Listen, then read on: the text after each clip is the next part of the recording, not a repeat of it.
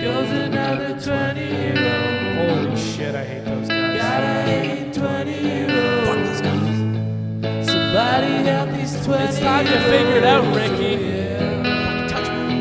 Don't touch me. Don't fucking touch me. You want to hold my mic here while I pour some crispy True History? Just spilled on the table. Oh my god. Oh, wow. Robbie, that's Rob. all over my foot.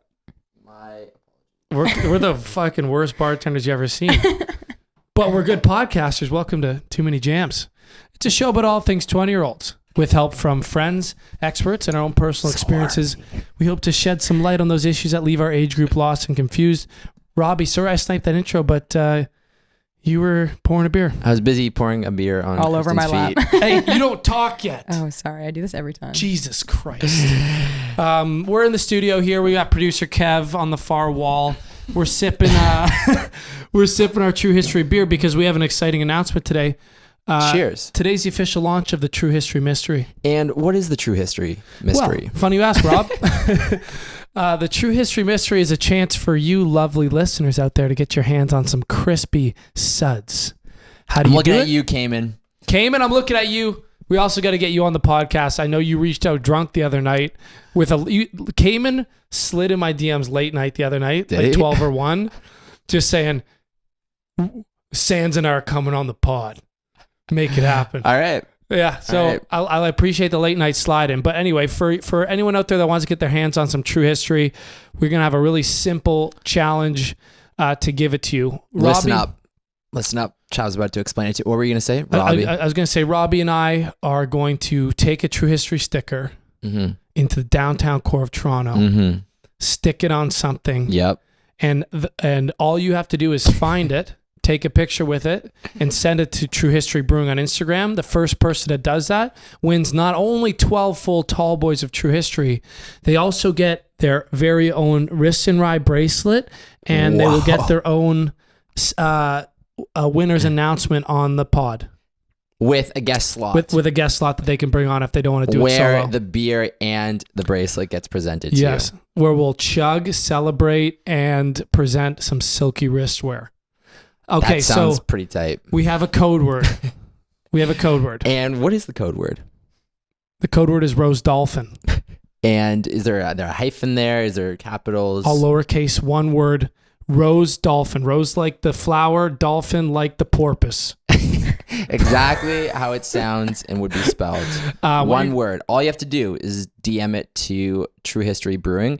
And from there, True History will then provide a riddle or some sort of clue that will lead you towards where the sticker is located in the downtown core. So pretty simple. Yeah, the degree of difficulty on this clue / riddle is going to be about a 2 out of 8, I'd say. Yeah. Very beginner, intermediate level clue. It's Yeah. basically going to tell you exactly where it is. It's going to be in a cool spot. We don't want to make this too hard, but if we made it too easy as well, you wouldn't appreciate drinking it as much because the amount of work that goes into making a beer, we want to make sure whoever gets That it it's truly worth it. appreciates it. So cheers to our sponsor, True History. Cheers to our to the sponsor, True History Mystery. the True History Mystery, our sponsor, Wrist and Rye, for the bracelets, for supporting this podcast. And before we introduce who our very special guest, as you probably know from the title, we just want to say, no, that's it. I was going to say we want to talk about our show this last weekend, but Kristen was at it. So let's just introduce Kristen. Okay, yeah, we can introduce. Yeah, so our guest this week, she's been on the show multiple times before. You may recognize her. She was also our housemate, Kristen. Hi. House activist, vegan, borderline lesbian, and no? Where does the lesbian part come in? Oh, okay. Maybe I just got confused with the terms out there. There's a lot going on these days. A lot of terms. Lesbian isn't one of them, but Okay. that's all right. Strike that from the record. All good. And so, yeah, Kristen's our roommate. Kevin's also our roommate. So we're doing kind of a house pod today. But Kristen, you were at our show I was. on Friday, our John was. Famos show. And I got to say, Rob, that was probably the craziest show. Yo, we've that was ever nuts. Energy was right. Energy was so right. It was, it was so our second time playing Norse's Yep. party. Yep. I think and that one tops last year, and we had fucking great things to say about last year's show as well. It was crazy in there. Like he brought out a huge crowd, and everyone was so into the music. It was super fun playing. He there. brought them and we fucking rocked them. Our second time playing the pilot, but playing Norris's show, but maybe like what, our 6th or 7th time playing the pilot, maybe more. I'd say maybe 4 or 5, but yeah. Yeah. What we did this time is we knew the energy of the event, so we prepared for it. We got a sound guy, we got some good musicians to play with us. We prepared live versions of some of our originals because the fans are just begging for them. And we had such a fun show. Everyone was so drunk. We had guys on guys' shoulders, shirtless. We had the front row was a bunch of people that all knew the words to our originals. They had us play it twice. Yeah. Our one original song. They had to play us twice. You know what it at felt the like? end. It felt like we were small scale, super famous. Do you know what I mean? Like it was 150 people. Yeah. It felt like we were super famous for 150 people. Now we just have to like figure out how to do that Amplify for Yeah, maybe we just gotta like 1,500 or multiply that. We just gotta multiply keep that. like and getting also people that bigger. aren't directly friends with you. It's true. We gotta expand outside of our friend group. But we just wanted to give a shout out to that event because James Norris was a previous podcast guest and an avid listener. So shout out to James. Shout out to James. Thanks so much for having us. Super fun.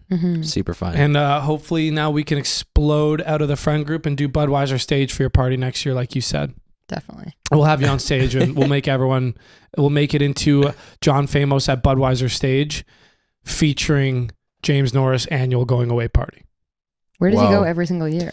Back to the UK. That's where he lives. I went to it and I didn't even know who he was, but thanks, James Norris. Yeah, James, you had to work on security there. There was a lot of people in there that were not friends with you. But But no, don't work on Totally. security because it We totally let me invited come them, in. Yeah, you know what? You know what? Actually, there was the people that weren't friends with him that had just sort of wandered in. They were asked. They came up to me like there must have been like 2 guys. Oh, that the came people up to from me Brazil? afterwards. Yeah, from Brazil. They're like, oh, like do you guys play here every Friday? Or like they're asking us when we're playing next because they That's had such a awesome. good time. I was That's like, dope. dope. the Thanks one for- girl barely knew a lick of English. That's when you know it's good. She came right up. She's like, I leave Brazil. Don't do the accent. Okay. Well, I don't know how to do it without the accent, but she's like, I leave Brazil. Oh, you're still doing it. How do you do? Okay, this Just is say what she said with your voice. it. Oh, you're struggling so hard. I can't. It just would sound weird, but basically, she was trying to She say was that just excited about the she show. just got here from Brazil, but Right. she basically said she's leaving to Brazil next week. Amazing. But I'm like, she's like, I leave Brazil today. I'm like, you okay? You just got here. Okay, you don't like that, do you? I don't love it. Is it because it's on fire down there? And you, I mean, also just a terrible accent. yeah, or you know what? It It's kind of distracting from the story. You're kind of like 22 Jump Street when he's like you're so much detail, so much. Tell him about this story. It's like there was Boots and Dora. Yeah, I think her name was Dora. Oh my God. But so Kristen is very environmentally conscious. She's also our resident emotional counselor, Yeah, I'd say relationship so. advice. But what's happened since the last time she's come on is a lot of cool career moves. Thanks. And I really want to talk about that as well. But let's get right out on the table on what you did last week. You were protesting. Yeah, so I'm not sure if your listeners all are up to date, but basically what happened in Brazil, so that was actually a really hilarious, offensive segue, but what happened is the Amazonian rainforest in Brazil was set on fire for cattle ranching and making room for growing crops to feed cattle. It's a practice that actually happens all the time, but because the leaders in Brazil have started to deregulate how they do it, they've been doing it a lot more irresponsibly and at like double, triple the rate that they were doing it even last year. Wait, this wasn't like a natural forest fire? No. This was people So burning the plots of rainforest land? doesn't naturally Yeah. burn because of how wet it is. Mm. So there aren't fires that happen naturally in rainforested areas. The only way that they burn is by being set fire with Napalm? human And what interaction. was that analogy you told me the other day? So you were saying before it was being burned at this percentage, and now it's like it was some sort of comparison to like a football field or Right, something. exactly. So basically, before it was already the destruction was happening at an incredible rate. So basically, our demand for meat products, mainly cattle, spikes the demand. There's like not enough land to take out or to have these cattle grazing. Yeah, why are they grazing cattle down there? Because there's the space and because they have a market for it. There's such a high demand. They know they can make money from it. So what happens is initially, this was about a year and a bit ago before the current president Bolsonaro was elected. What they said was about once every minute, the equivalent of a football field, like a stadium field, was like bulldozed or set fire to, or basically deforested every single minute, which is a pretty incredible figure. So every single minute, that amount of rainforest was destroyed, and now it's basically gone to 3 times that much. So it's 3 football fields a minute. Yeah, so I didn't know that at all. And that's not Yeah. at all like what the uneducated eco person like myself would. I thought that there was a forest fire like they had in LA. Right. No. And I thought that it only started because they had cleared so much rainforest that, Right. It was just like worse circumstances. fields were able to catch fire that were Right. able But it's to... probably that is progressing that is towards partly that. true. So basically, because of human interaction, the rainforest has been in a drier season than normal, which has allowed it. That's kind of why it's gotten out of hand. Because usually they do controlled burns where they'll kind of like rope off a selected part of land that they know that they need. They'll set it on fire. It's called like slash and burn. That's like the technique that they use. But because of the drier conditions and because of, again, the deregulation, they're kind of just like, fuck it. And they're way more irresponsible with their practices. So that's why that, coupled with how dry it's been, has made it way worse. So it's been burning for over 3 weeks now, and the government has refused any outside aid. Recently they've sent in a few, like I think it's like 40,000 troops to help. But they're not accepting any international aid. So like Leonardo DiCaprio started an organization called Earth Alliance. The G7 summit offered, I think, $20 million to help, but the Brazilian government said no because they didn't want international people meddling. They said it was like colonialism and making it into like this victim thing. I saw the Canadian government pledged 15 million yesterday, or So the somewhere Brazilian along the government lines. is like really hesitant to take any international aid because they think it's like us interfering in the lives of Brazilian people and kind of like forcing our views on the Brazilian government. Well, yeah, okay. But it is and it isn't. It isn't 100% actually, because the rainforest, although it is within the confines of the Brazilian border, the Brazilian rainforest plays a role for all of us. So 20% of Earth's oxygen is created by rainforest. So although it is like within their borders, we all have a stake in its survival. So Yeah. it's more of an ego thing at this point. And this is sorry. And this is strictly just for space for cattle, because with like a slash and burn method, I can't imagine that the land is quite like habitable or good for these cattle to really so live it's both, off of. it's both to be the to time eventually afterwards. turn into grazing land, but it is also to make room to like plant things like soy and corn and wheat to then feed to the cattle. So it's both grazing land, which again, like I'm not really sure the specifics of like what there is for them to graze on. Like they probably feed they feed them the soy and corn. It's more just like for them to have space, basically. Yeah.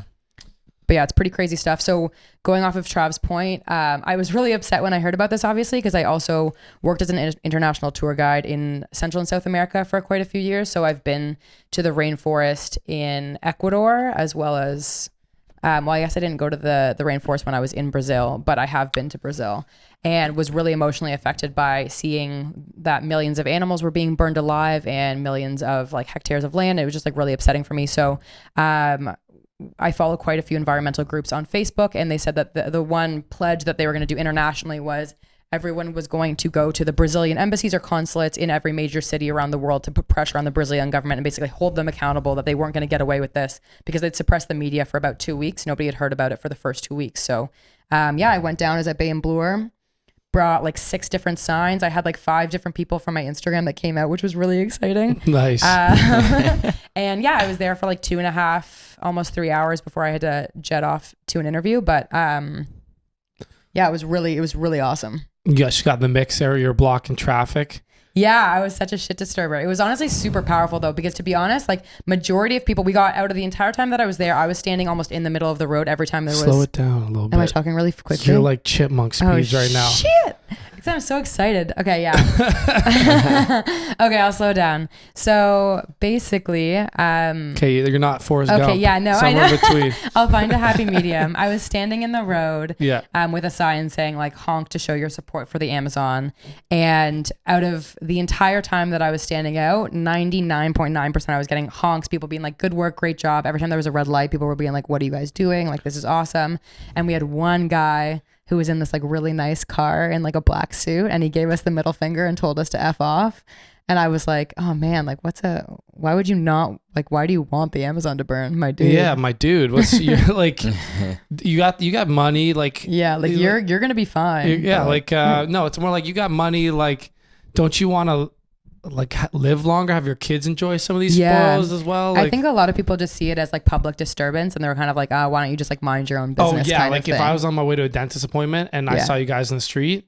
But to be Yeah. fair, we weren't there for longer. It didn't hold anyone up for longer than, it was like less than 5 minutes. So we let like the street, like the walking signs go twice, and then we got out of the way. So it wasn't a big enough disturbance that people were like, oh my God. And most people, when we were doing our chants, were like honking along and had gotten out of their cars to take pictures and stuff like that. So it wasn't a very negative environment at all, which I was really, really happy to see.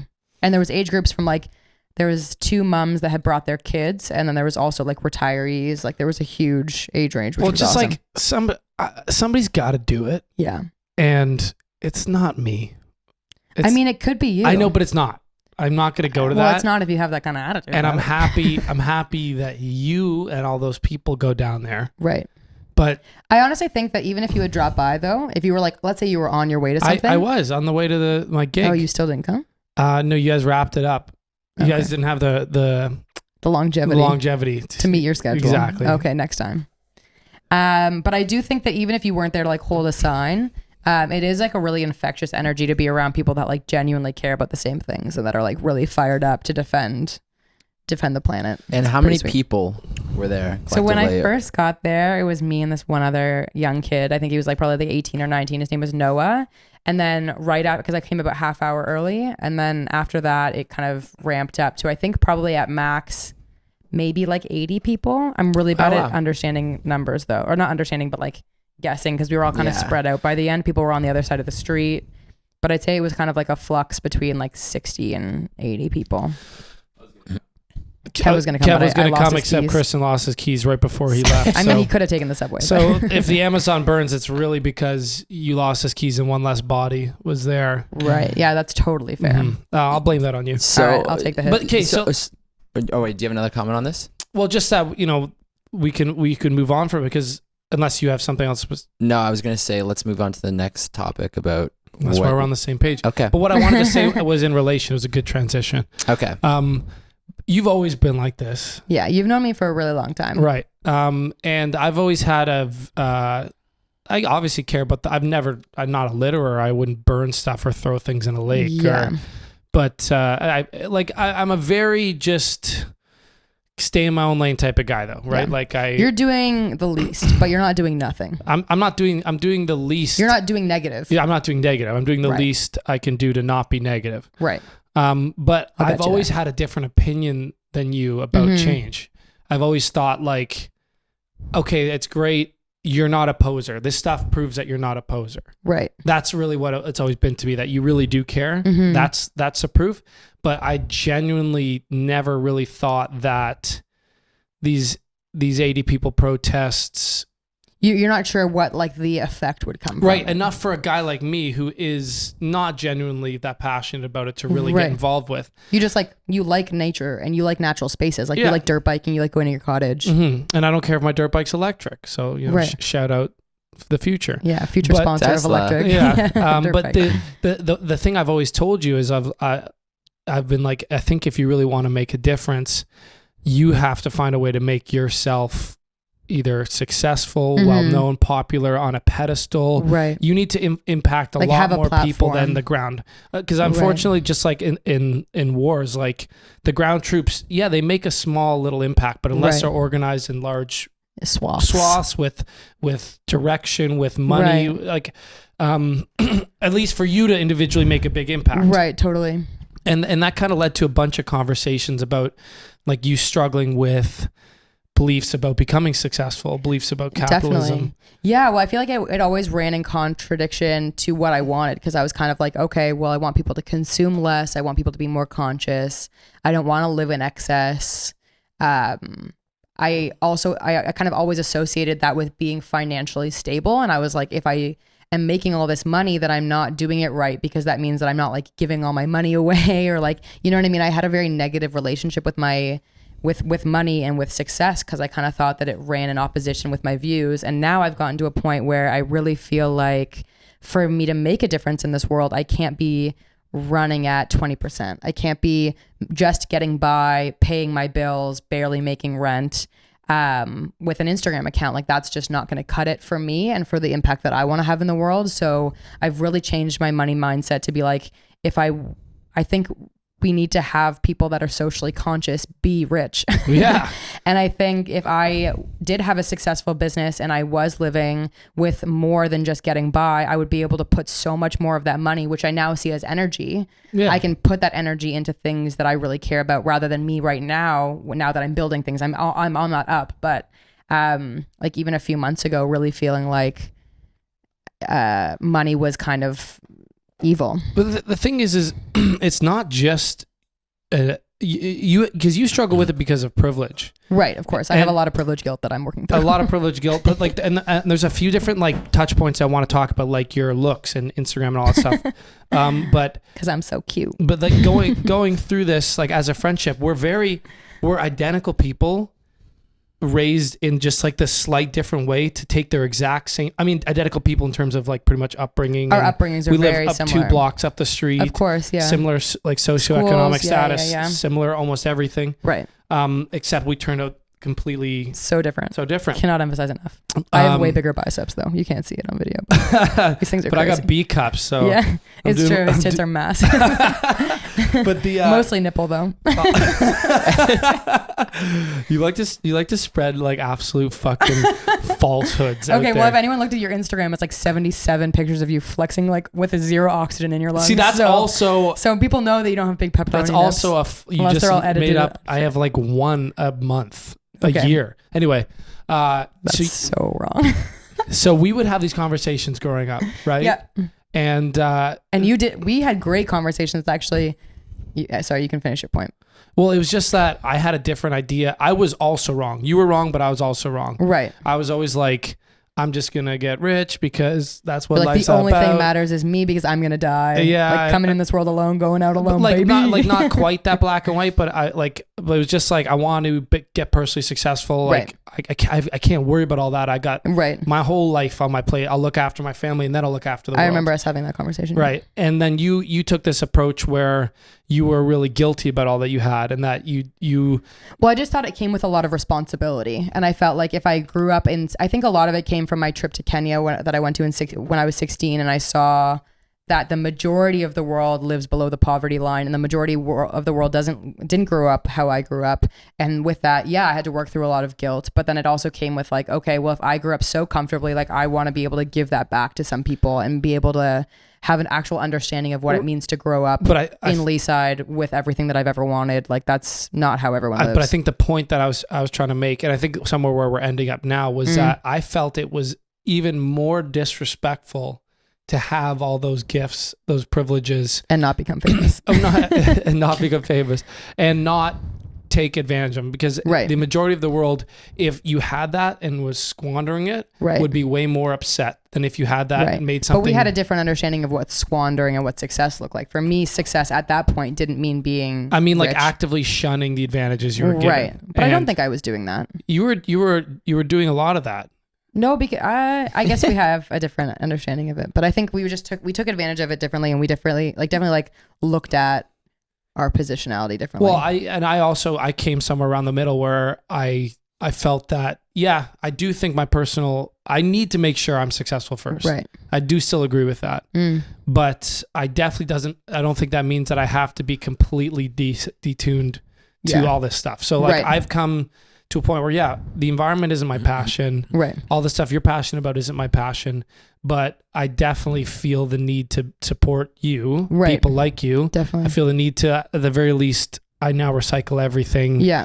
And And you're more engaged in conversations when I do bring it up, rather than like, you'll admit like, you're like, okay, this isn't exactly where my head's at, but like you'll listen to what I have to say rather than before you're like, I don't even get it. Like, I don't get why you care. And I'd be like, I'm like, cause I'm just looking at you. I'm like, do something. I'm like, Yeah. fucking get going. right. And you're like, I'm going to Costa Rica to fucking like pet chickens for a month. Okay, that's not what I did. I know, took a but- really incredible course when I was down there, I and know, you're I'm an just asshole. saying from my perspective at the time, right? Yeah, because you weren't listening to me. And but now also you've come somewhere near the middle where you, as you said, you've realized that more environmentally conscious people need to be rich. It's a shared sentiment with a bunch of people like yourselves, Right. that you are genuine. Like if you were if you were representing the liberal side in the States and in Canada, and More you were progressive someone than liberal, but yeah. it's not even because liberal in the States is wealthy people that are just like misinformed and like, I don't even know how to like. I don't know. And I feel like the wealthy people in California, from what I see, are like the liberal movement in the States. It seems not genuine. It seems misinformed. But it seems like they care and they think they care, but you would never attack someone or like bring them down. No, I or see you what can you're see saying. you're a Okay. real person. Right. And Right. I can see where you're coming. So that's a really good point. And I have an example actually from the protest where there was somebody that had come to the protest, and it was her first protest, and she was very new to the movement, and she had heard about it, and it just absolutely infuriated her. It made her so angry, and she felt all of these feelings. And she wrote this sign that was like quite strongly worded. It was like, if you burn our forest, like we'll burn all your money, like F you. Like it was like really strongly worded. And I told her, I was like, you know what?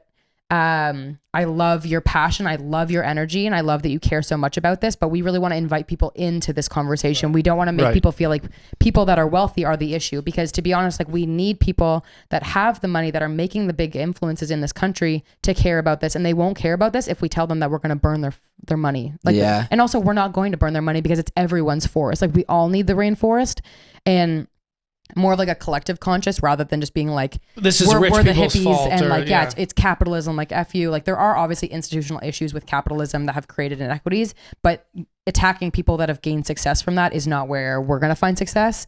And like making it like an us and them divide, like you're never going to get anywhere with that. I'm just thinking about how much of an empty threat that is. Like, where is she gonna? Well, that's why. And she ended up how is changing it. She ended up changing her. burn all this money. Like, Well, what's her that's the plan of whole thing. action? Yeah. And that's why, but I understand. money's like, all plastic. But yeah, of course. But you understand, more you like know melt. where I came from. Okay.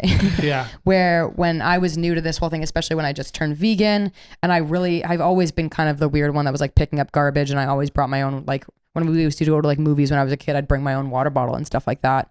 But when I was learning more, of course, I was like so overwhelmed by the emotions that I was feeling, and it kind of clouds your judgment a little bit. So I understand where she was coming from, but like it's not a mechanism for change by making people feel like shit. And that's where I realized like that's where my business is coming from now, where I want to start a consulting company, where I am starting a consulting company. Just chill.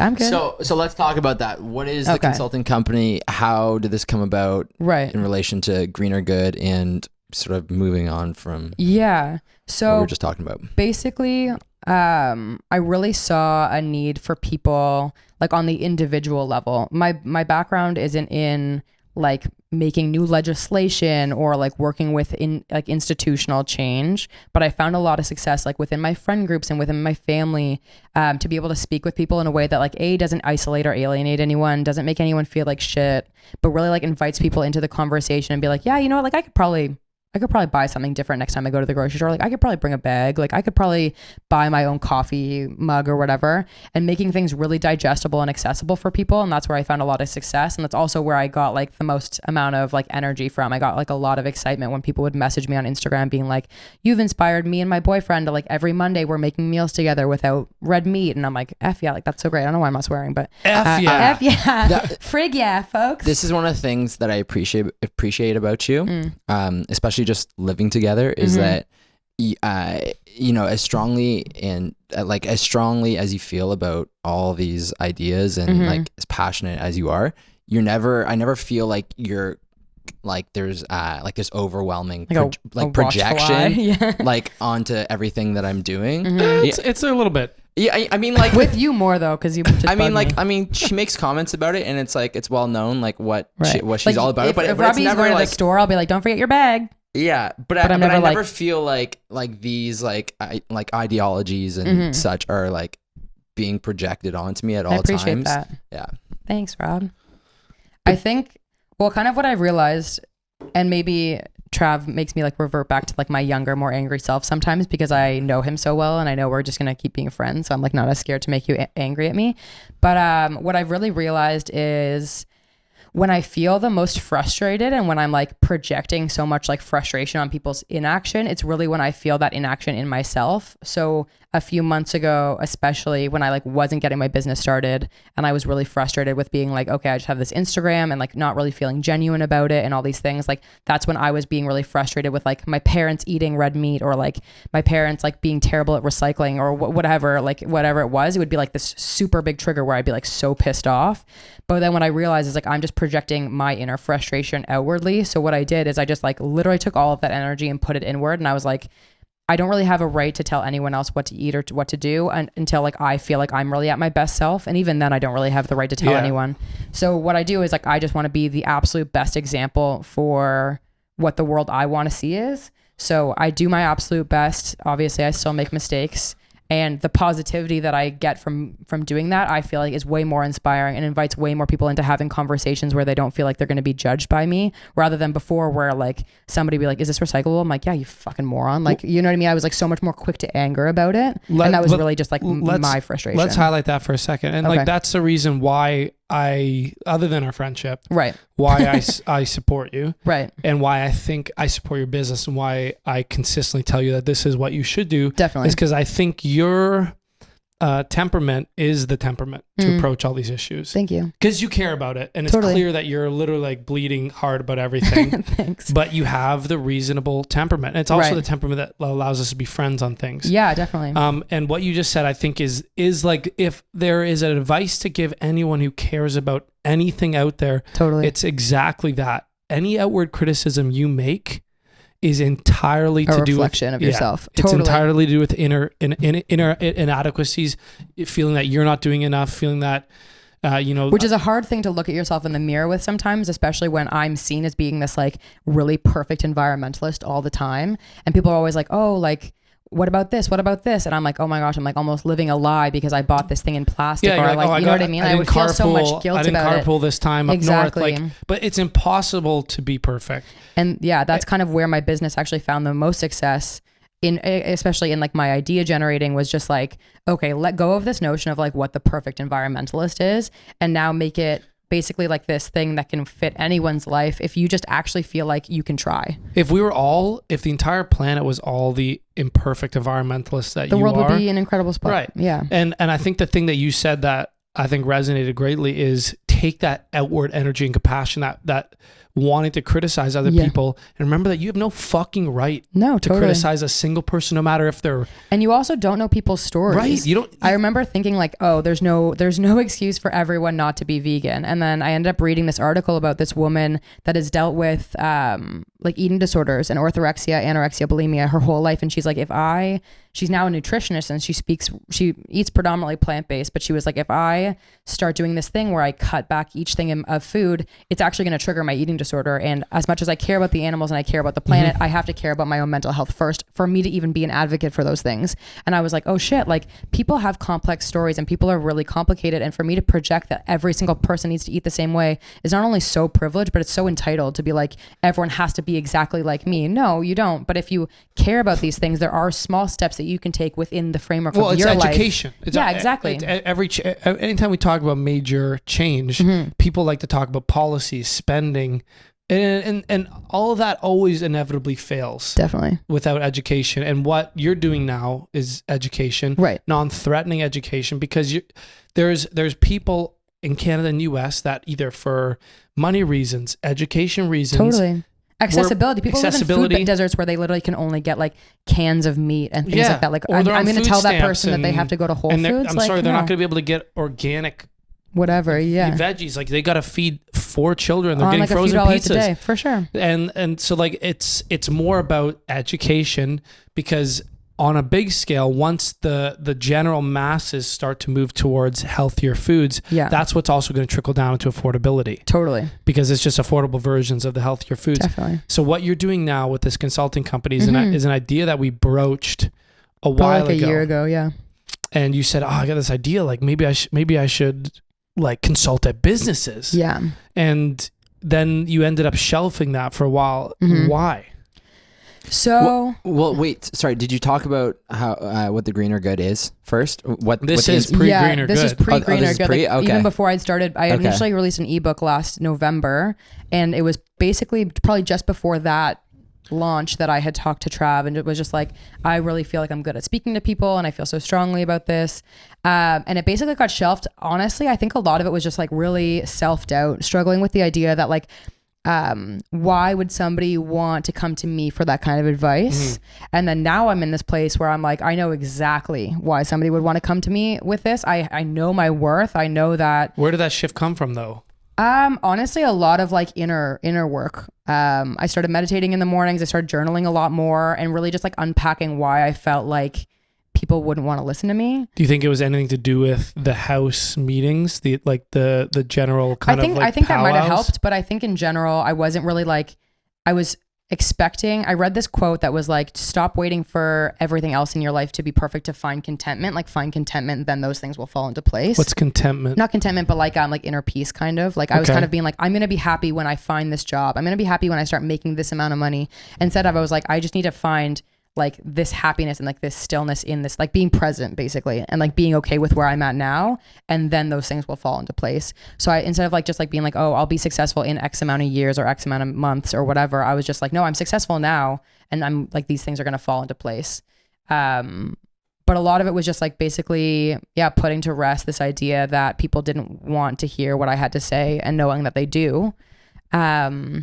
And that took like a few months of really like, yeah, working on Well, myself. you even had this, I don't even know if you remember, but years ago before we even lived together, you had this exact idea. I did, yeah. And It was on a smaller scale. I wanted to do like homes. I wanted to do like Yeah. home consulting and like going shopping with people and stuff like that. Exactly. Yeah. Which again, it was like a seedling of a this idea. seedling of this idea, which is where you're at right now, which is the greener good. Right. Which, as you said, started with an ebook, which I thought was fascinating. Yeah. It's just simple stuff. It's like, hey, like, did you know that if you bring a reusable cup to coffee over Yeah. the course of a year, you can remove Like 280 coffee cups from the landfill.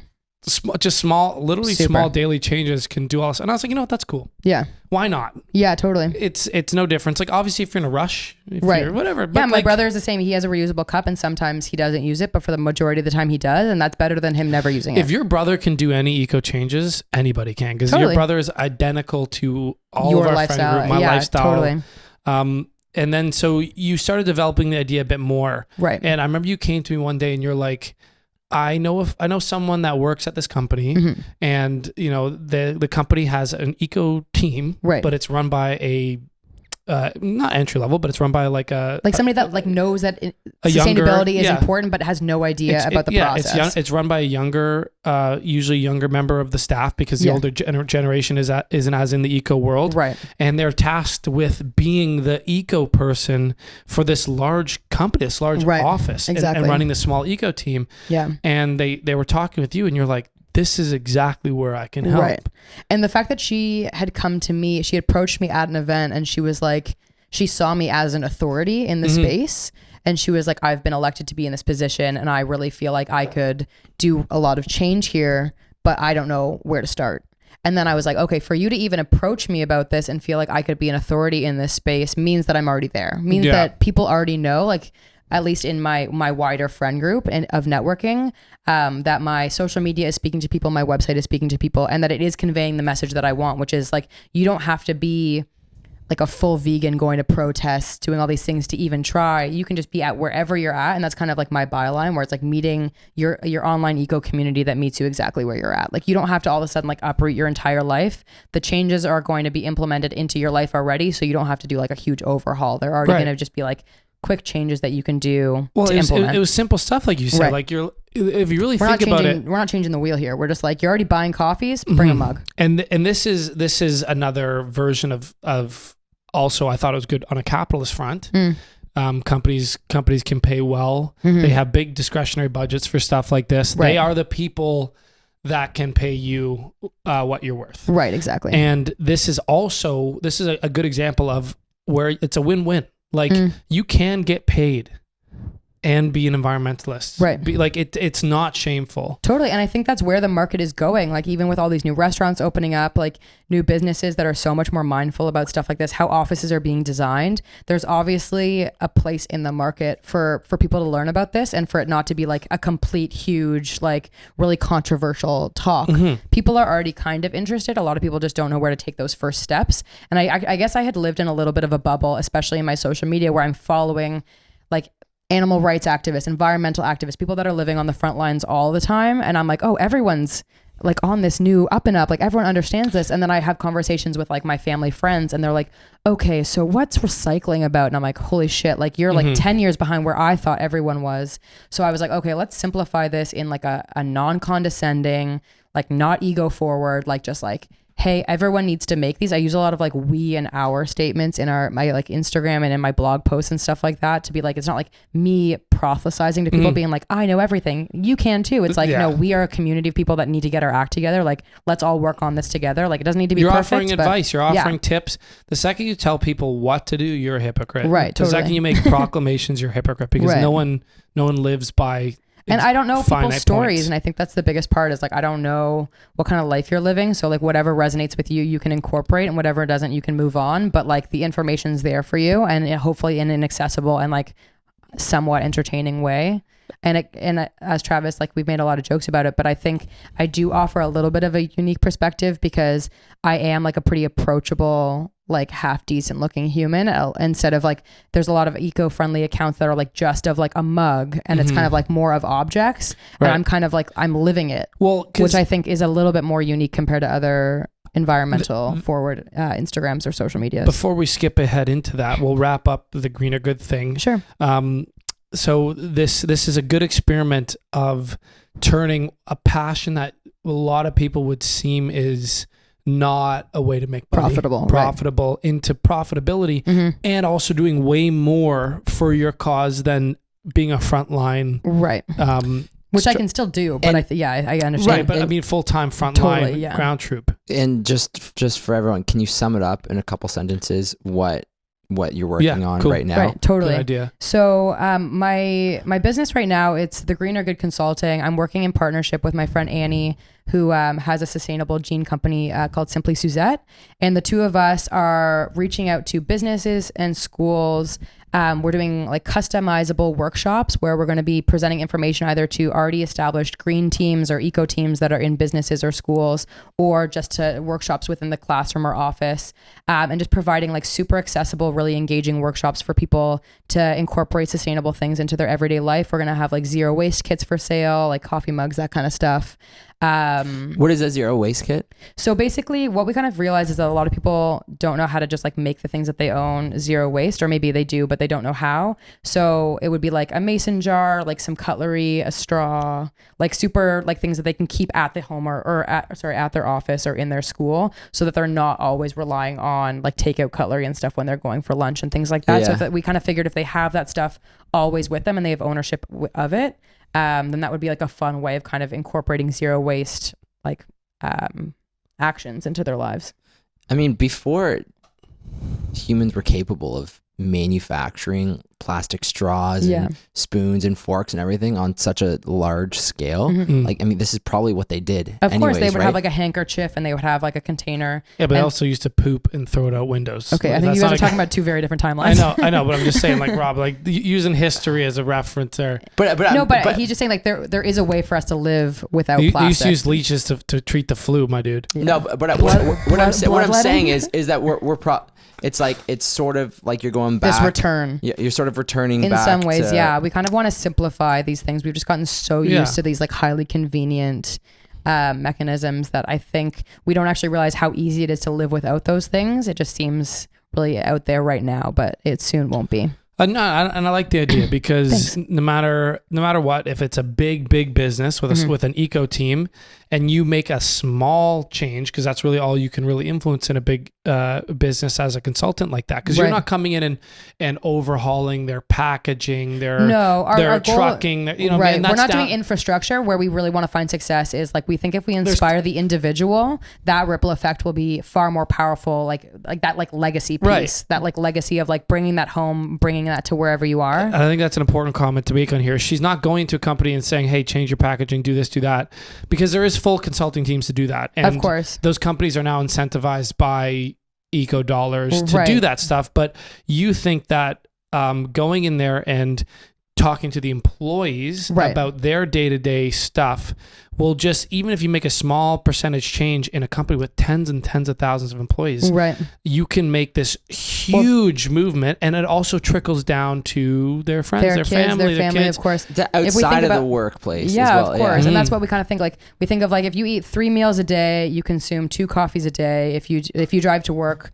and back every single day, like those kind of things have huge lifetime consequences, either positive or negative, over the course of an entire person's life. So if we can inspire somebody to even make a very small change, and they take that with them throughout their life, and again, inspire their kids, inspire their coworkers, inspire family members, like for me, that's a legacy piece that's really powerful, rather than just doing an infrastructure change at the company level that isn't necessarily inspiring, but maybe more seen as like a greenwashing technique to be able to raise their costs or whatever. And it's good that you're going to try to also target middle schools for like just like low cost as a speaker to come in, to bring in to talk to kids, and as you said, these eco packages and stuff like that. And even if it's small businesses, like, you know, many friends that have small operations, with them you can be the eco consultant that goes, hey, why don't we look at the whole system, why don't we do a whole package here? We want to do like small waste audits, again, on the personal level, not infrastructure, like not on the entire company level. But you can do infrastructure for smaller companies, of course. That's absolutely. Like friends that run companies with 10 or 20 employees, totally, or stuff like that. Yeah, we're super excited about it, and we know, like, just even from the success that we've gotten from like this, both of our social medias, and kind of like dropping this at social events, the response has been super positive, which is really exciting. So we're excited to see where it goes. And the final thing is about that business, and the thing that you still will have to battle on the one side is what's also going to segue us into the next topic, is still the raw capital incentives, the real reasons why people would bring you into an office and stuff like that. You're still gonna have to figure out why this is meaningful to a company, other than just morale in the future and the planet. You know, maybe it's finding some advantages to going green that are even monetizable. Finding like reduction in turnover rate of employees, like whatever stats and stuff you can find to make it saleable to them. But also in terms of outside of the company game, like you said, on the whole personal side with the Instagram, another thing that we've had conversations about, and that you asked me about a lot, is how you look in photos. Not like, do you look good or bad, but do you look too provocative? Is this sexual? Stuff like this. Am I using the Instagram wrong? And the way I always thought about it is like, flaunt what you got. Yes. You don't have control over what the rest of the world makes pervy, insensitive, sexual. And if it's going to get you eyes to a cause, and it's just you looking like you, which happens to be an attractive girl, it's not like, you don't have to go out of your way to be like, cover this, or like, you know what I mean? Like, it's just like, use it. If you're going to turn perverts into eco people, then I'm ecologists. They're going to get their PhD. Yeah. They like one of my posts. They're like, holy shit, I got to go to school. But you know what I mean? Like get eyes. Yeah. And you were kind of struggling with this for a bit. Well, I think I was nervous because I didn't know. I want to brand myself in a way that feels natural to me. And there were times where I was like posting pictures where I was like, yeah, I look beautiful, or I look whatever. And I understand what my caption would be, or I understand what I'm trying to get across. But is it distracting? Yeah. Like, is it taking away from my message? And I think that's where Travis and I disagreed a little bit at the beginning, was like, okay, if I'm posting this picture of me in like a little scarf or whatever, and yeah, like I think it's a really nice picture of me, but is it taking away, or is it decrediting what I'm saying? Like, is it taking away like my authority in the post? And that's actually what I think is like a little bit of internalized like sexism, because I think you can also be sexy and intelligent. Yeah, that's the thing. Is like, you were worried that being attractive meant that like you didn't have like, we get it. Yeah, you didn't have anything to say. Yeah. Like if as a guy, I don't have the same pressures that you do. Right. Totally. If I'm hot, shredded, and X, I can be all those things at the same time. right. But you see and hot, you are Travis. you see hot doctors.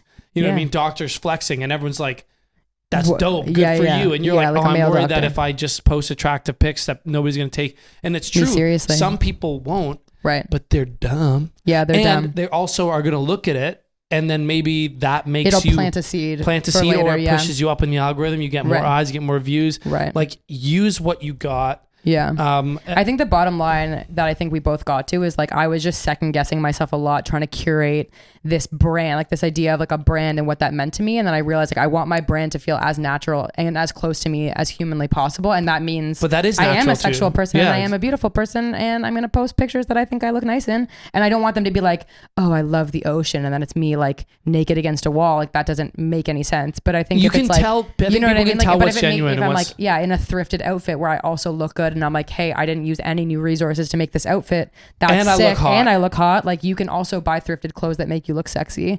I think that is to my point. But I think there is a lot of funny things on Instagram where it's like, oh, the sea gives you life, so give the life to the sea. And it's like literally a butt pic and you're like, what? Right. And Yeah, I think I was nervous about bridging, about like missing that You gap. were seeing disingenuous people. Right, where they're and you, like- you were worried that just the image made them disingenuous. Right. But no, they're just Disingenuous. disingenuous. I think that's an people important point. see through all of that I with hope you so. because you have all the specs to back it up. Right. Like I really am living it. Like I stress about it all the time. Like, Yeah. you know what I mean? Like know, I do remember care about the these other day things. I came in and you're like, yeah, I've just been crying all day. Like the Amazon's burning. And I was like, You're like, shit, I gotta go. shit, I got stuff to do, but that's crazy. Yeah. You're like, Wow. it's crazy that you care that much about Yeah. that shit. Yeah. Yeah. Yeah. Okay, Literally, so I've been crying all night. That's really funny. is there, before we move on to the next topics, Yeah. is there anything else you want to leave the listeners with about Green or Good or about what you're doing? Sure. Plug your shit. Yeah, I'm gonna Yeah. plug my shit. So my Instagram is the greener good. But there's periods in between, so the.greener.good because there was no Well, on your on my Instagram? Instagram. Yeah, okay, yeah. cool. And then my website, if you want to check it out, is thegreenergood.net, and it'll link to all my other socials as well. I guess my main takeaway that I want people to leave with is that you don't have to be like the perfect environmentals or even environmentals at all to care about the planet.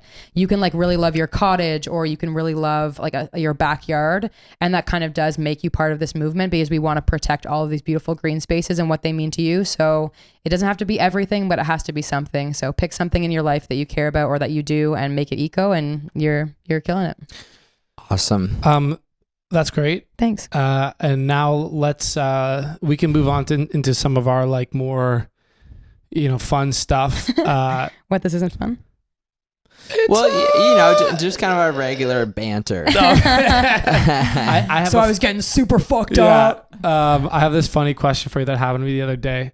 Okay. And so I'm late for hockey, Mm-hmm. and I'm walking down our alleyway with my hockey bag to get to my car, and I see these like characters standing in the alleyway, like further down. Someone's holding their dog back Oh no! from barking, and Jesus. there's like this girl like freaking out, and there's a guy down the walkway, and I'm like, what are these gutter snipes up to? You know what I mean? Like, you know what I mean? Like what do they do? They're all wearing like very earthy clothes, like maybe you would wear sometimes. Totally. And I walk by them, and I'm not thinking it's anything nefarious, but I'm just like, Like what are these? what are these bongo fucking playing? bongo players up to? I hop in my car and I start driving towards them because that's how I have to gotta get out. And this girl comes in front of my car and she stops me. She's looking panicked, and she's like, "No, like," and she's pointing at me, and I'm in my car, and I'm like, what's going on, right? Like, and she's talking to someone, just pointing at me, and I roll down the window. I'm like, I gotta go to hockey. And she comes up to the window and she goes, you gotta help. There's a squirrel right there and it's dying. You're already like, I don't give a shit. And I'm like, cool, I won't run it over. Don't worry. I Mm-hmm. gotta go to hockey. And she goes, no, you have to run it over. It's dying. It's like convulsing and like spitting up blood and stuff. Like, you have to put it out of its misery. Dear God. And I'm there and I'm like, I really don't want to. Yeah. You You'd know what I really mean? rather not. But I- you know why you don't want to? Because You don't want to get blood on your car. I don't want to get squirrel guts all over my car, and it's dying anyway. And like, fuck. And she goes, no, I'm not letting you leave until you have to do it. I love this girl. And I'm like, Okay. okay, all right. Oh my God. So I'm like, I've turned the corner and I see the squirrel there, and like her guy is standing there, and I'm like, am I lined up okay? And like I was thinking, God. as I'm pulling up to it, do I slow roll it? Is that I'm just gonna like, or do I like? You got to slow roll it. Yeah, but Movie theater guess- popcorn. yeah. Oh my God. I hate this story so much. Well, that's the thing is like, Not because you had to kill it. I understand that it had to die, but just the whole situation is gross. well, so I get close to it. I'm like, I'm not slow rolling it, and I hammer the gas. Yeah, I guess that's probably better. And I think I missed half of it, No. but it blew up. Fucking hell. And I was like, I rolled past. I look in the rear view and I just gave a thumbs up and I just went on my way. Oh my God. But my question is to you is, what's the right move there? Your move was the right move, unfortunately. Yeah. You think so? You can't let animals suffer like that. It was obviously going to die. I wish that it didn't happen like that with somebody that didn't give a shit like you, because you thought it was so funny. I didn't think it was funny. I thought I was getting guts all over my car. And Right. I I hated guess that's it. also a problem. But I don't know. You got to kill it. You can't. You got to kill it. You eh? can't keep that You going. got to kill it, I think. Why me though? I don't know. They can Maybe hit it with it's a best- rock. They can hit it with a Yeah, rock. why or did that's she something. just deal with it? That's terrible. Plus you had to go down the alleyway anyways. You're gonna make her hammer it. She was obviously upset, and she would have lived with that her whole life. You just find this hilarious. You're gonna forget about it in 2 days. I'll never forget the sound of old squirrely crunching. Oh my God. Sometimes I wake up at night and I see a squirrel at the end of my bed, half flattened. You did this to me. I mean, it depends what kind of squirrel it was. Was it Yeah. like No, it red doesn't. squirrel? What, like a racist squirrel? No, Yeah. no, because the red squirrels are pests. You know, They're all pests. Squicker, squeak, Well, squeak. some of them squicker. are more. Some of them are more pesty than others. like and- chipmunks. Okay, well, the same thing with humans, and we can't just go around using that. I'd run over a few humans, I think. Yeah, you definitely would. You okay. sick fuck. That was just a funny story that I That thought is a funny I'd story. save for your eco brain to wrap it I around, love because there's that. a lot of challenging eco questions out Yeah. there. And that's the hardest hitting one. That's the hardest hitting one I know of. Is it and- okay to run over squirrels when they're already hurt? Oh my God! Did I tell you the story of when I was in? I don't want to keep hearing. I was in animal stories. Muskoka and the it just rained on a really hot day and the road got super hot and obviously a total toad fest came out and inhabited the hot steaming road, and this is nighttime and I'm cruising down in my car and all of a sudden I hear I look forward and I've just run over like 30 toads. Oh my God. And I slow down to a stop because I'm looking ahead and the entire road is toads for maybe as far as I can see. Right. And the question is, do you turn around and not go to your destination, or do you murder a few hundred Way more toads, yeah. Because you have to get to where you're going. You obviously You got to obviously where you were going. Beelined. So at first I started like doing like hard swerves, like just going slow, trying to go around toads. There was a lot of already exploded toads, obviously from previous traffic. So I Right. tried to keep those lines, but inevitably, You caught a couple. I caught a lot. Right. Lost It was- a lot of great men out there. And I'll never forget this one toad. And I'll never forget this one. I'm coming around a turn and it was a big toad. It must have been the size of like a softball. Okay. You know what I Oh. mean? And Oh. it's King face toad. sideways on the road, but it's looking at me. You know what I mean? Yeah, I gave you that little turnover. Right. You know how they do? That's a good toad. And I just You know remember, how they do. I remember I've killed so many toads at this point. I'm really distraught. Yeah. And I take this turn and I swerve a big group of toads and I pop this one big guy and I started crying. Travis.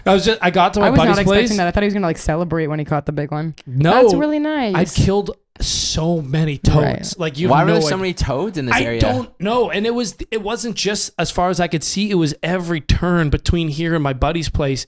Yeah. I get to my buddy's place and I wasn't like sobbing. I'm not like, it wasn't a Titanic, but Right. I had tears coming down. You were a from- bit traumatized. I was a bit traumatized. Yeah. I remember just getting to their house and they're like, dude, what's up? Have a beer. And you're like, I'm I'm like- a murderer. I'm like, you haven't seen what I've seen.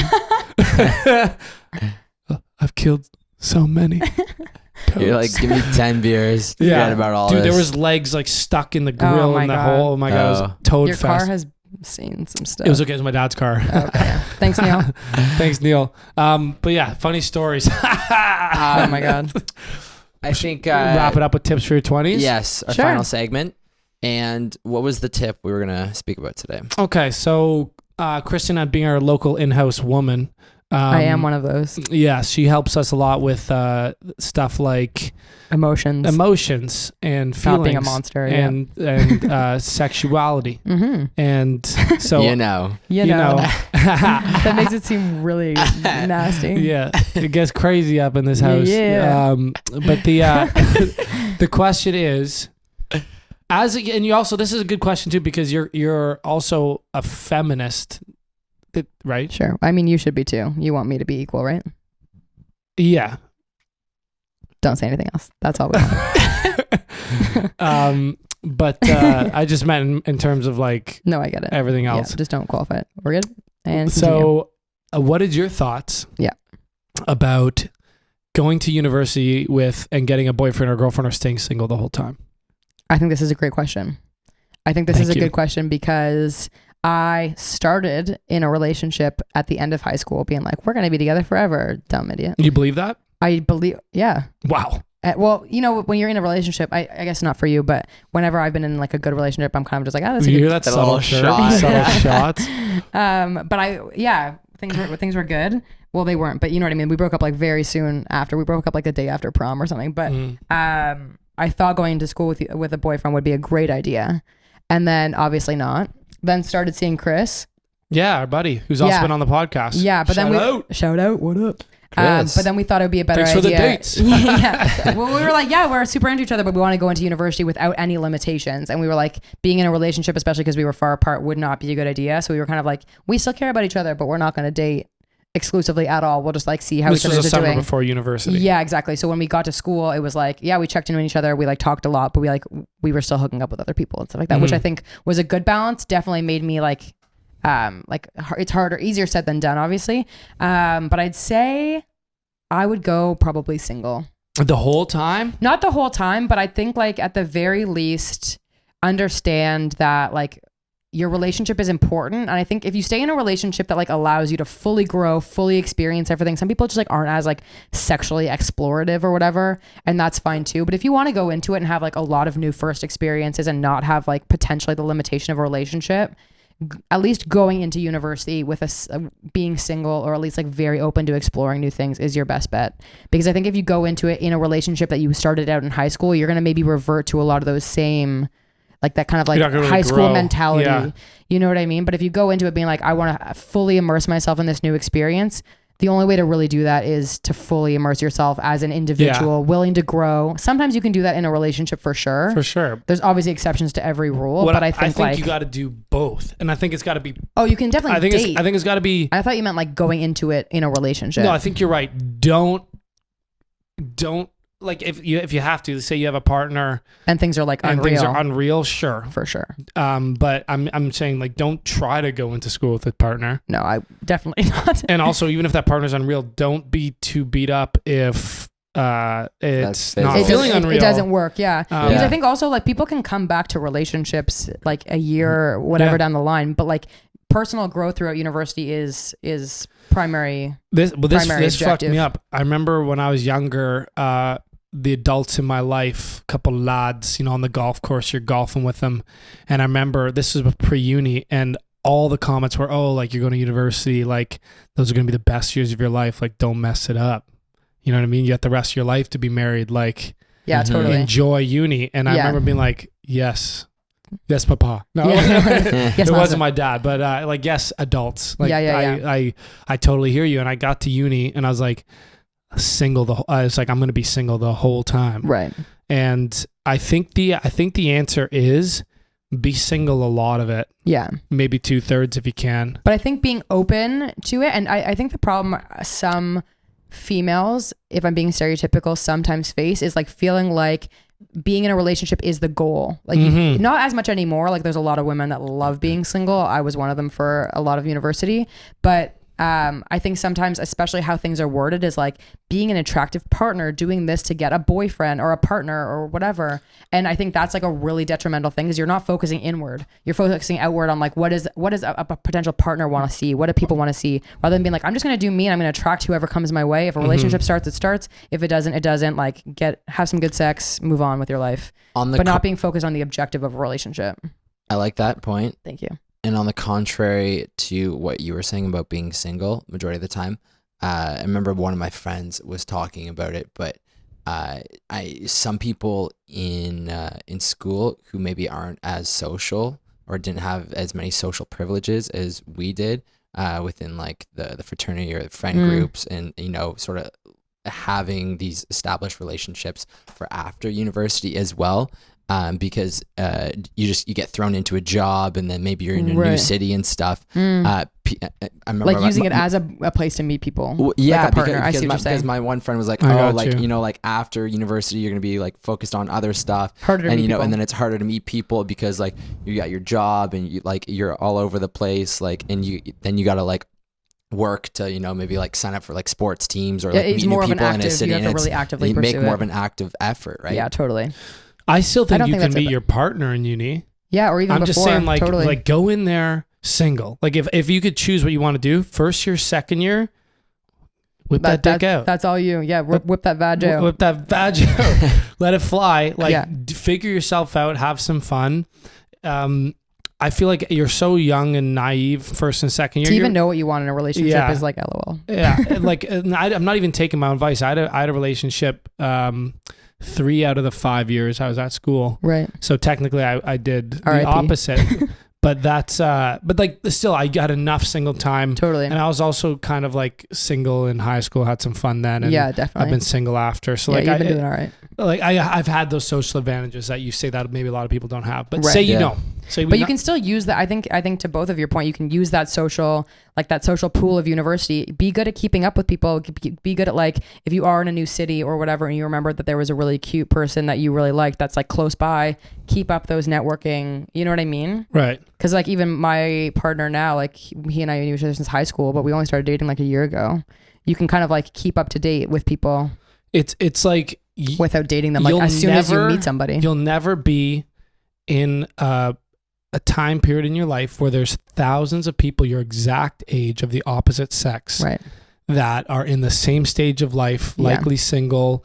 So look at it two ways. This is also your one opportunity to really experience a lot of new things. Yeah. And this is also your one opportunity to have the largest pool of opposite gender to choose for your partner. Or same gender, depending on your shit. Or same gender. I keep forgetting about the other side of the coin. But so like, I think in terms of how most people do it, not us. I think a lot of people hop in there, get a girlfriend, go through uni, and don't realize the time they had. Right. And that relationship doesn't necessarily work a lot of times. Right. And then they find themselves... You can learn a lot from those relationships, obviously, but then you kind of get out of it and you're scrambling to be like, wait, I have to almost start over in this new singledom. And now a lot of people are shacking up. What you just said, Rob, and you didn't even get to have the university time either. Right. So I think it's like a mixture, like you said, keep track of all these things. Focus on inward though. Like focus on yourself. Like focus on these new experiences. Like don't be focusing on like. That's more of a girl thing because I think guys are focused on themselves very easily. Well, sure. I mean, maybe yeah. 100% guys are pretty focused on themselves. Probably more so. But I'd say like in general, like the relationships will come, but like use university or college or whatever you're doing as like you time. You know what I saw towards the end of I saw in the 5 years I was at school and the years I worked in London after school, I saw a massive shift in female culture. It was wild. It was like going into university, it was still the same sort of high school feel. You have a group of girlfriends. In that group of girlfriends, there's maybe one girl that you like, that likes you. And then that's who you get to hook up with or be with, and her friends are all off limits and they kind of respect that. And same for the girl. If she hooks up with one guy in a house, she's not hooking up with any of his friends or his roommates. Girls generally had each other's backs, like a little bit worried about, it getting out that they were hoes or stuff like that. Okay. But you know what I mean? Yeah. You know exactly what I mean. And then towards the end of school with like over sexualization, like Instagram, I remember meeting girls that would come into school in first and second year and like hearing stuff like add me on Instagram instead of like take my number and stuff like that. And then I remember adding For them the clout. I'd add them on Instagram, and then I hear that this was like a common thing I heard. I'd add them on Instagram right there, and they go, "Oh, I look like shit today. Like this is not the real me. Like I look like shit today. Like." Oh, you mean like they were telling you basically that their Instagram was way nicer than them in person because they were basically they were catfishing you. Well, no, like this was like a line I heard, and then I also heard from a lot of the younger guys because I was a little bit out of the scene, is that girls did not care as much about, you know, inter-friend group stuff, like hooking up with multiple guys in the same house, in the same friend group, guys hooking up with multiple girls in the same friend group. Someone that I know was showing me a picture that it was him and maybe about 15, 16, 17 friends of theirs all outside of this one house, and the picture was it was a group that had all hooked up with the same girl. Craziness. Isn't that crazy? Craziness. Yeah.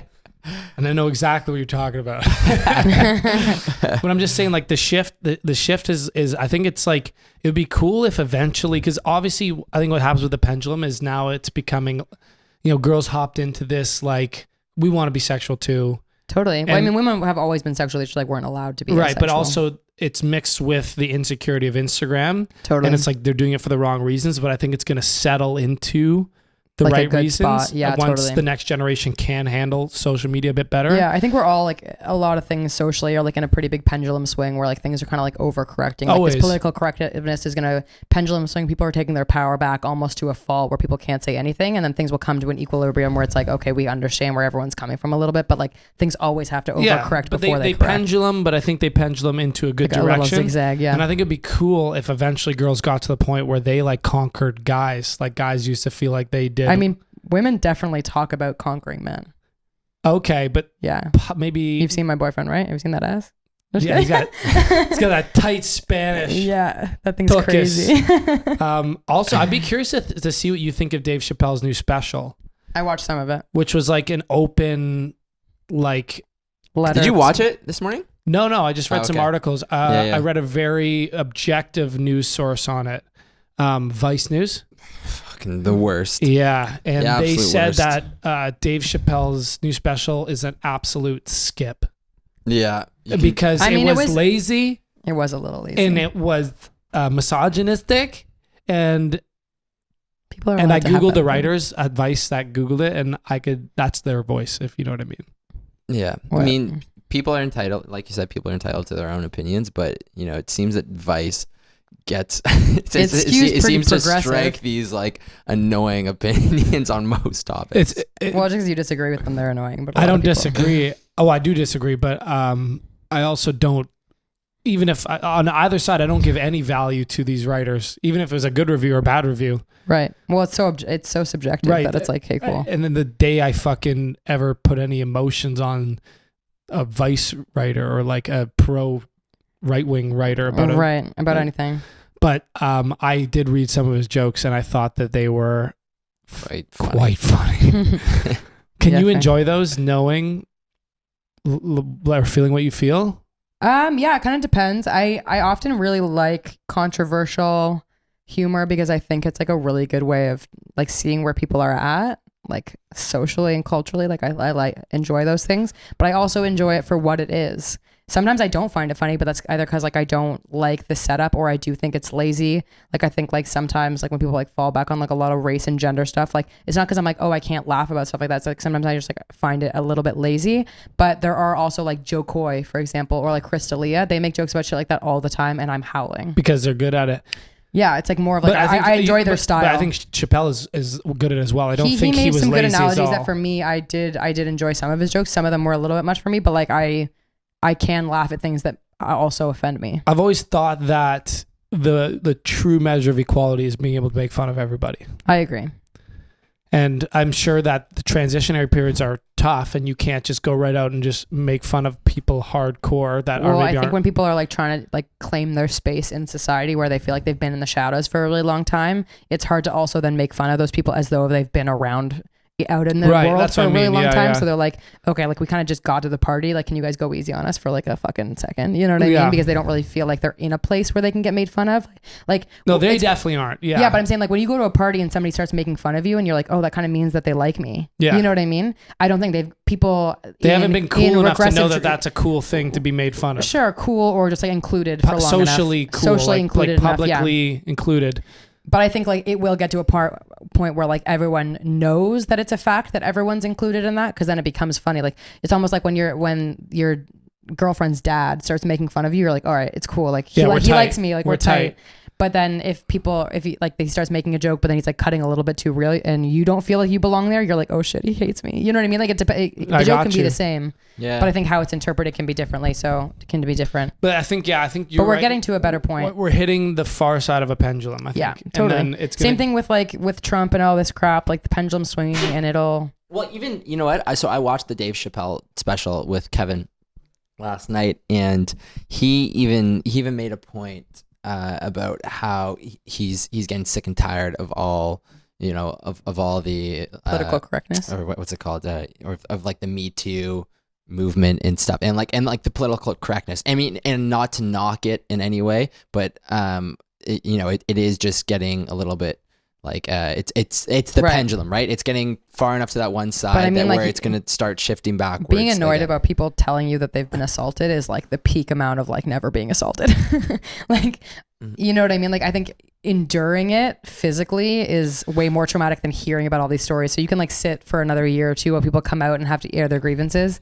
I know you want to say something, but No, me. you just brought up the exact joke he made that the Vice article brought up. Okay. That was apparently insensitive.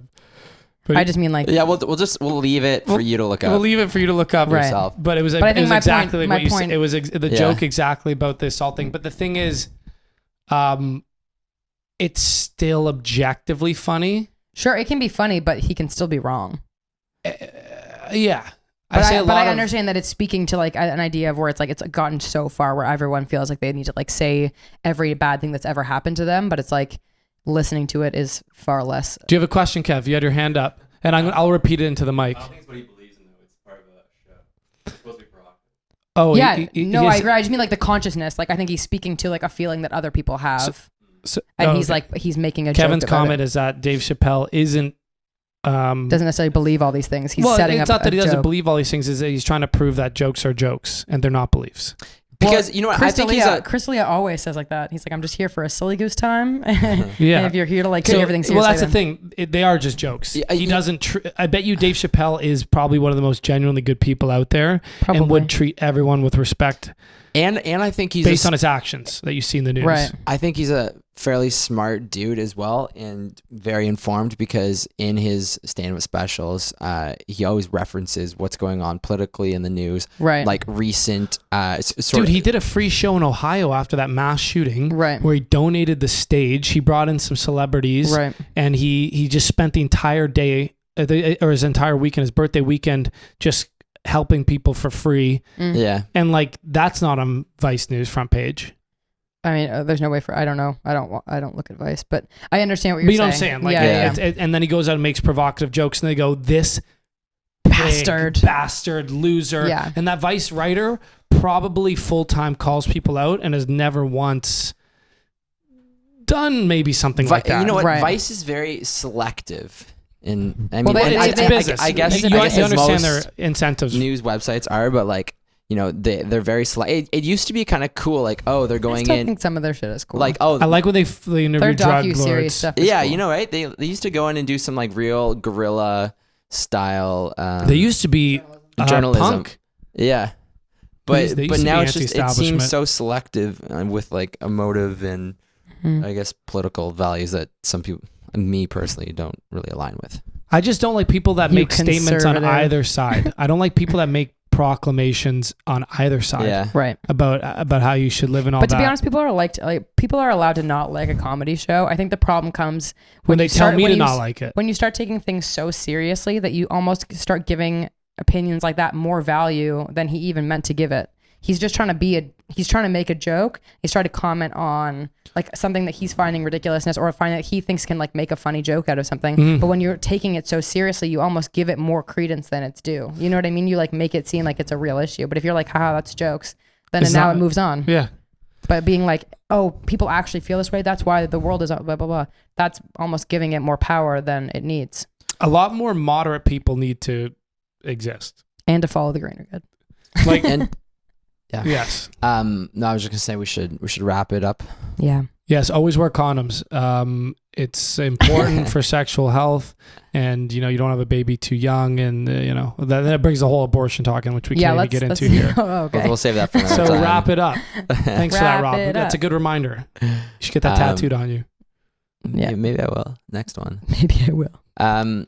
But on that note, anything you want to plug? Any final notes? you Final wanna say? advice. Final advice. You said something earlier about advice about.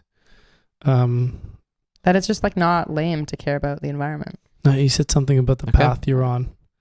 Ah, fuck. Was it good? Yeah, we kind of touched on it. I think because remember I was like, oh, we needed tips for your 20s question, and you said just that I was afraid of what people thought, or like you said something like that. Oh yeah, I don't know. I forget it too. Yeah, me too. I think we touched on it though. But basically just like care about the environment because we all need oxygen and clean water and air. So let's just Mm-hmm. I like that. Do more. What you said though, it's not lame to care about the environment. It's not. So, And that's if Because right. we all have green spaces that we want to care about. So and she was not able to drink our True History beer because it's not gluten free, and she's gluten free. Otherwise, she'd be slugging it back too because it's baby, I would have been delicious. 6 deep. Let's go. yeah, maybe we'll tell Tompkins for his next batch. He said, make me a nice gluten free. try some like rice beer or something. Yeah, or not, and I'll But- just like break out and have a stomachache for a few days. Cool. Probably worth it. But Kristen, thanks for coming on the show today. Thanks, boys. We appreciate Always. you being here. And on that note, we will see you next Tuesdizzle.